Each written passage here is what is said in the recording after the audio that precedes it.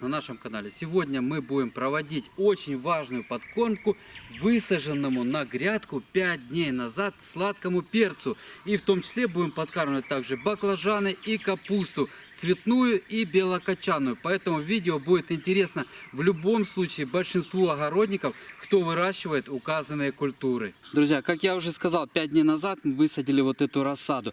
При высадке мы провели полив с раствором Радифарма. Для чего я это делал? Да для того, чтобы простимулировать быстрое развитие корневой системы в почве.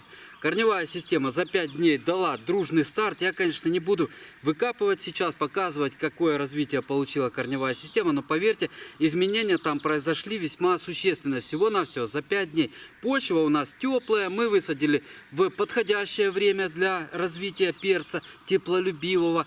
Почва теплая. Корень простимулировали, он пошел развиваться. И вот теперь, что нам нужно сделать в первой половине развития перца, это, конечно же, простимулировать наращивание листостеблевой массы. От того, насколько сейчас перец стартанет в развитии именно зеленой массы, и будем затем впоследствии собирать урожай.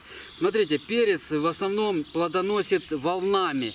Наверняка вы знаете об этом, друзья. Вот первая волна, немножко перца, затем через некоторый период, ближе ко второй половине лета, идет вторая волна более обильного урожая. Почему обычно первая волна перца, плодов перца не такая обильная, как вторая? Да потому что на раннем этапе, когда перец начинает плодоносить, у него недостаточно развит куст. Вот сейчас подкормка, которую мы проведем, именно и призвана поспособствовать развитию куста. Корень мы простимулировали, сейчас мы вот этой подкормкой стимулируем развитие куста. Третья подкормка, ну об этом будет уже отдельный разговор, конечно, в другом видео, попозже. Будем наращивать именно плодовую нагрузку на растениях. Итак, чем будем проводить нынешнюю подкормку? Так, продолжим. Я немножко заранее наготовил уже рабочий раствор. Это сугубо органическое удобрение, которое мы широко применяем, особенно на первой стадии развития растений. Да, возможно, не совсем приятное приготовление. Это, как вы догадались, наверняка курник. Куриный помет, перебродивший, который мы замачиваем. Я показывал видео раньше, как мы это правильно делаем, чтобы он имел максимальный эффект. Ведерко. Насыпаем в ведро курника. Вот так вот. И засыпаем в нашу бочку. И сюда же заливаем 10 литров воды. И для активизации полезной микрофлоры мы добавляем в приготовляемый раствор 500 мл Байкала М. И все это тщательно перемешиваем. Летом, если будете приготовлять такой же раствор, то возможно раствор будет готов за 2 дня. И вот в первой половине развития растений, то есть весеннее развитие и в начале лета, когда большинству растений, которые я уже назвал, капустные, перцы, баклажаны, большинству этих растений необходимо наращивание зеленой массы. Вот именно курник, либо настой коровяка, то есть куриного навоза, как нельзя больше подходит для такой подкормки, потому что в них находится некоторое повышенное содержание азота. И плюс к азоту, вот этому повышенному, в этом удобрении еще находятся все необходимые макро- и микроэлементы для развития растений. То есть полное удобрение органического происхождения.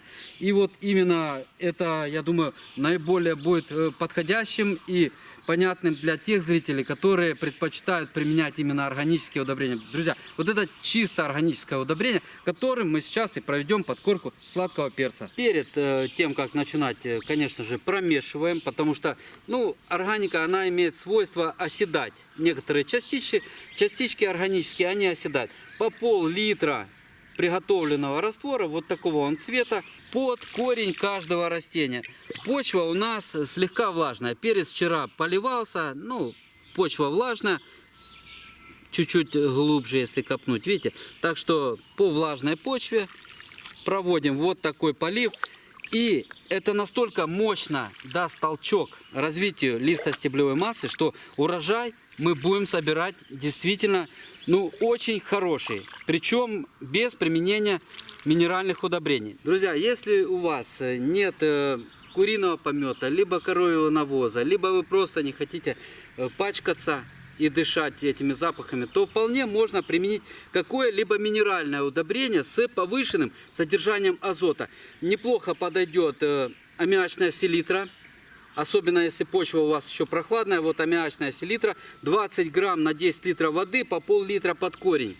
Прекрасно сработает. Если почва теплая, погода хорошая, уже можно использовать 20 грамм на 10 литров мочевины, она же карбамид. То же самое по пол-литра под каждый корешок.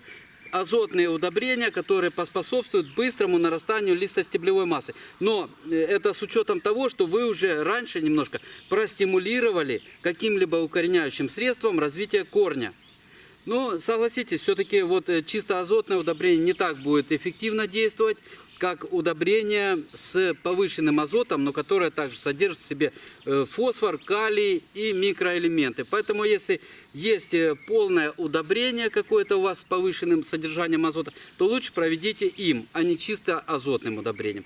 Вот, собственно, все, что хотел рассказать в этом видео. Сейчас нарастим кустик.